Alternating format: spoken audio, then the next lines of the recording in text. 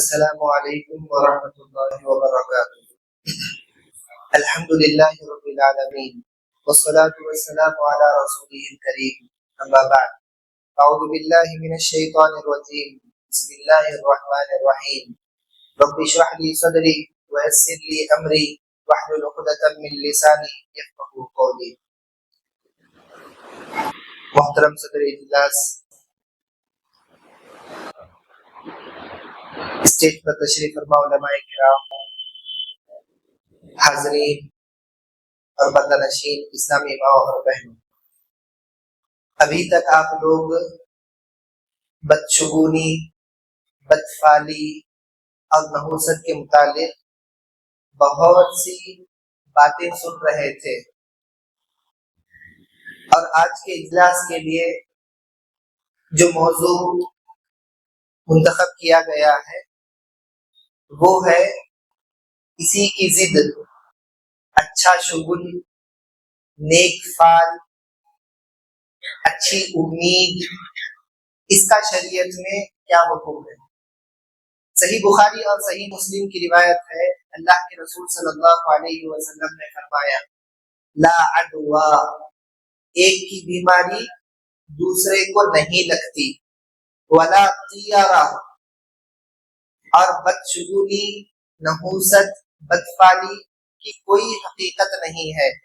وَأُحِبُّ الْفَعْلَ، اچھا شگن لینا مجھے بہت زیادہ پسند ہے۔ قالوا، صحابہ نے کہا، یا رسول اللہ وَمَا الْفَعْلُ، اے اللہ کے رسول صلی اللہ علیہ وسلم، یہ اچھا شگن کیا ہے؟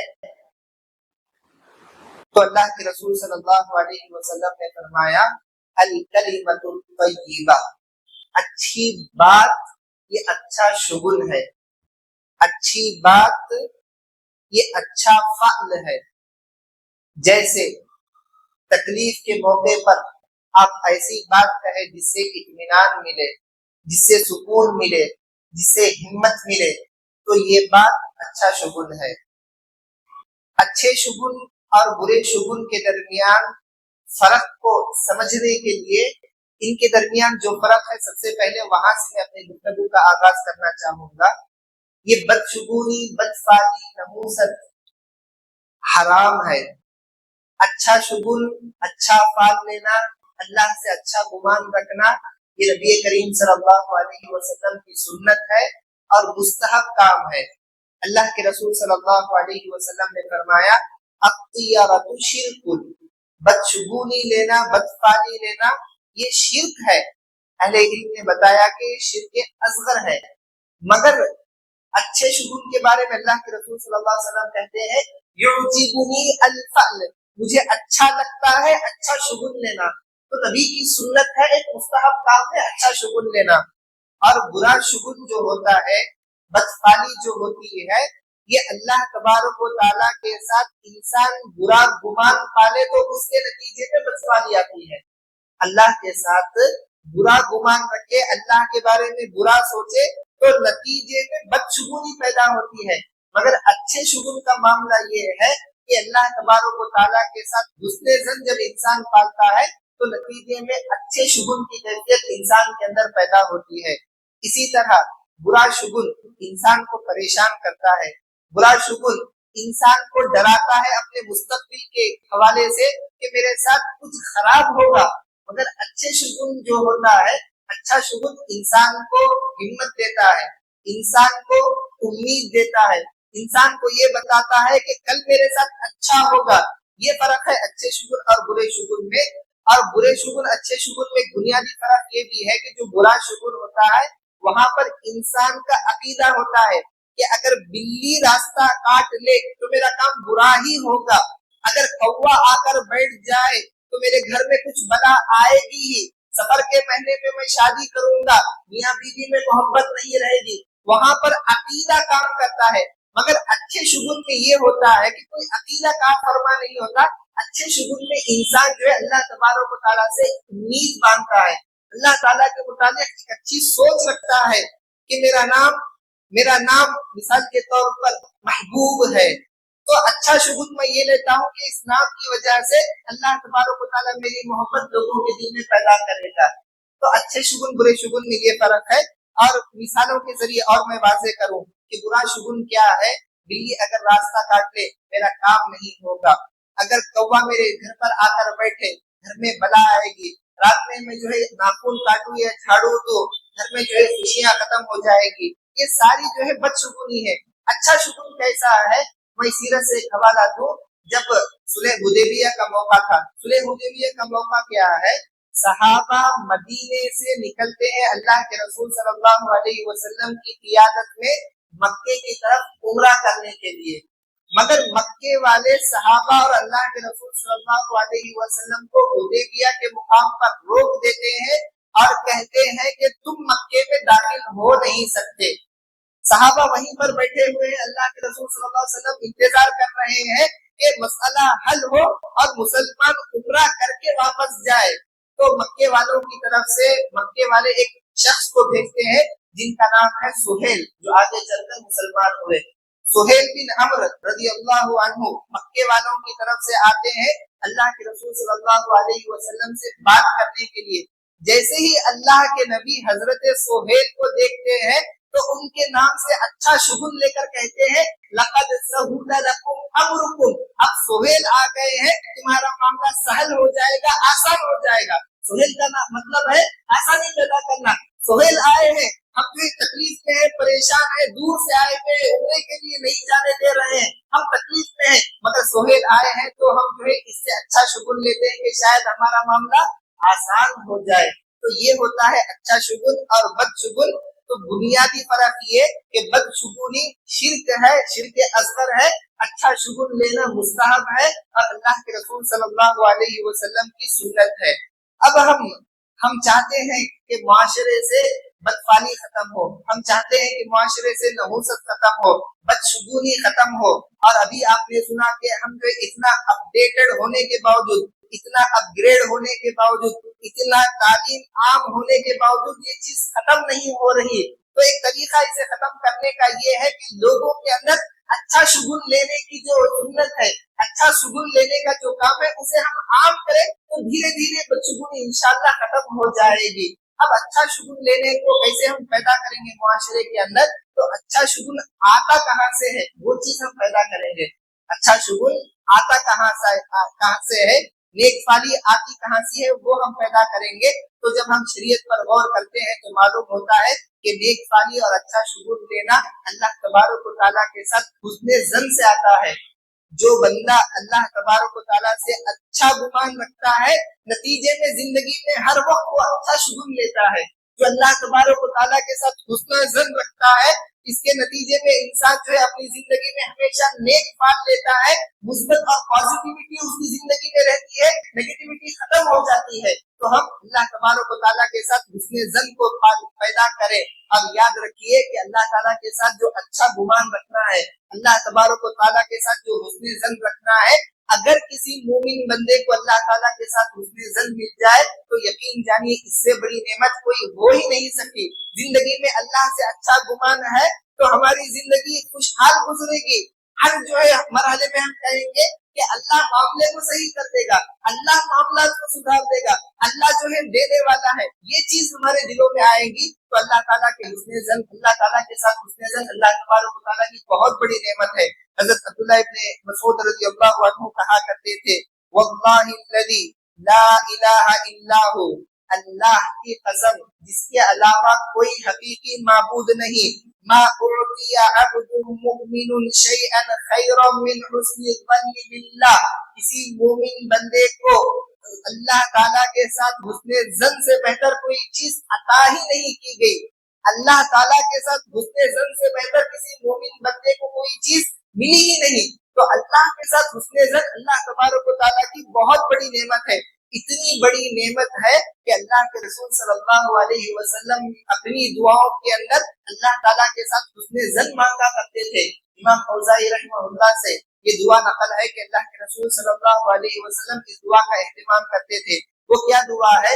اللہم انی اسألک التوفیق لمحابک من الاعمال, اے اللہ میں تجھ سے توفیق مانگتا ہوں ان کاموں کے کرنے کی جو کام تجھے پسند ہے، وصدق التوکل علیک، اور میں تجھ سے توفیق مانگتا ہوں تیرے پر ویسا بھروسہ کرنے کی جیسا بھروسہ کرنے کا حق ہے، وحسن الظن بک، اور میں تجھ سے مانگتا ہوں تیرے ساتھ اچھا گمان، تیرے ساتھ اچھا گمان میں خود تجھ سے مانگتا ہوں۔ تو اتنی بڑی نعمت ہے کہ اللہ کے رسول صلی اللہ علیہ وسلم دعا کیا کرتے تھے، اللہم انی اسألک التوفیق لمحابک من الاعمال وصدق التوکل علیک وحسن الظن بک، تیرے ساتھ اچھا گمان تو مجھے عطا کرنا۔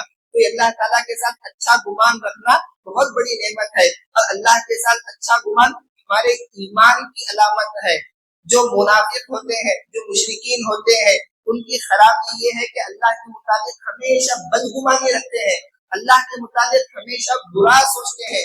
اللہ تعالیٰ قرآن مجید میں فرماتا ہے وَيُعَذِّبَ الْمُنَافِقِينَ وَالْمُنَافِقَاتِ، اللہ تعالیٰ عذاب دے گا منافق مردوں کو، منافق عورتوں کو، والمشرکین والمشرکات، مشرک مردوں کو، مشرک عورتوں کو، الظانین باللہ ظن السوء، جو اللہ تبارک و تعالیٰ کے ساتھ برے گمان رکھتے ہیں، علیہم دائرۃ السوء، خود ان کے ساتھ برے حال سے ہوں گے، وغضب اللہ علیہ، اللہ کا غضب ہوگا ان پر، ولعنہ، اللہ کی لعنت ہوگی ان پر، وأعد له جہنم، اللہ نے ان کے لیے جہنم تیار کر رکھی ہے، وساءت مصیرا، جہنم بہت بڑا ٹھکانہ، بہت برا ٹھکانہ ہے۔ علامہ ابن قیم رحمہ اللہ بیان کرتے ہیں کہ اللہ تبارک و تعالیٰ نے کسی گناہ کے لیے اتنی سزائیں بیان نہیں کی جتنی سزائیں اللہ تعالیٰ کے ساتھ بدگمانی کے متعلق بیان کی گئی۔ اس آیت پر غور کریں، سب سے پہلے بتایا گیا جو لوگ اللہ سے برا گمان رکھتے ہیں اللہ انہیں عذاب دے گا، جو لوگ اللہ سے برا گمان رکھتے ہیں اللہ تعالیٰ کا غصہ ان پر آئے گا، جو لوگ اللہ سے برا گمان رکھتے ہیں اللہ تعالیٰ ان پر لعنت بھیجے گا، جو لوگ اللہ تبارک و تعالیٰ سے برا گمان رکھتے ہیں اللہ نے ان کے لیے جہنم تیار کر رکھی ہے۔ چار سزائیں ایک گناہ کے لیے بتائی جا رہی ہے، وہ گناہ کیا ہے؟ اللہ تبارک و تعالیٰ کے ساتھ برا گمان رکھنا۔ تو اللہ تعالیٰ کے ساتھ برا سوچنا، برا گمان رکھنا یہ کافروں اور مشرکوں کی ایک علامت ہے۔ اللہ تبارک و تعالیٰ کے ساتھ حسن ظن رکھنا یہ بہت بڑی چیز ہے۔ اللہ کے رسول صلی اللہ علیہ وسلم حدیث قدسی میں بیان کرتے ہیں کہ اللہ تبارک و تعالیٰ خود فرماتا ہے انا عند ظن عبدی بی، میں بندے کے ساتھ ویسا معاملہ کرتا ہوں جیسا بندہ میرے متعلق سوچتا ہے، فَلْيَظُنَّ بِي مَا شَاءَ، اب بندہ جو سوچنا چاہتا ہے میرے متعلق سوچ لے۔ مسند احمد کی روایت ہے ان ظن خیرا فلہ، اگر بندہ میرے متعلق اچھا سوچے گا تو اس کے ساتھ اچھا ہوگا، وَإِن ظن شَرًّا فلہ، اگر بندہ میرے متعلق برا سوچے گا تو اس کے ساتھ برا ہوگا۔ تو ہمارے ساتھ اچھا اس وقت ہوگا جب اللہ کے متعلق اچھا سوچیں گے، ہمارے ساتھ برا اس وقت ہوگا جب ہم اللہ تبارک و تعالیٰ کے متعلق برا سوچیں گے۔ تو یہ اللہ تبارک و تعالیٰ کے ساتھ اچھا گمان رکھنا چاہیے۔ خاص طور پر جو لوگ عمر کے آخری مرحلے میں ہے، جو لوگ بیماری کی حالت میں ہیں، ان لوگوں کو اللہ کے متعلق بہت اچھا گمان رکھنا چاہیے۔ اللہ کے رسول صلی اللہ علیہ وسلم نے اپنی وفات سے 3 دن پہلے حضرت جابر رضی اللہ عنہ کے سامنے بیان کیا لا یموتن احدکم، تم میں سے کسی کی موت نہ آئے الا وهو يحسن الظن بالله، الا یہ کہ اس کا گمان اللہ تبارک و تعالیٰ کے ساتھ بہت اچھا ہو۔ تو ہماری موت اس حالت میں آئے کہ ہمارا گمان اللہ تبارک و تعالیٰ کے ساتھ اچھا ہو، اللہ تبارک و تعالیٰ کے متعلق ہم اچھا سوچیں۔ اللہ کے متعلق اچھا سوچیں گے ہماری زندگیوں میں اچھا ہوگا، اللہ تبارک و تعالیٰ سے اچھا گمان رکھیں گے، اس کا نتیجہ ہم زندگی میں دیکھیں گے، زندگیوں کے بعد دیکھیں گے۔ تو اللہ تبارک و تعالیٰ کے ساتھ اچھا گمان رکھنا یہ نبیوں کا طریقہ ہے۔ حضرت ابراہیم علیہ السلام کو جب آگ میں ڈالا گیا، آگ کا کام ہے جلانا، ابراہیم علیہ السلام کو آگ میں ڈالا گیا تو اس وقت انہوں نے اللہ تبارک و تعالیٰ کے متعلق کیا سوچا، کیا کہا؟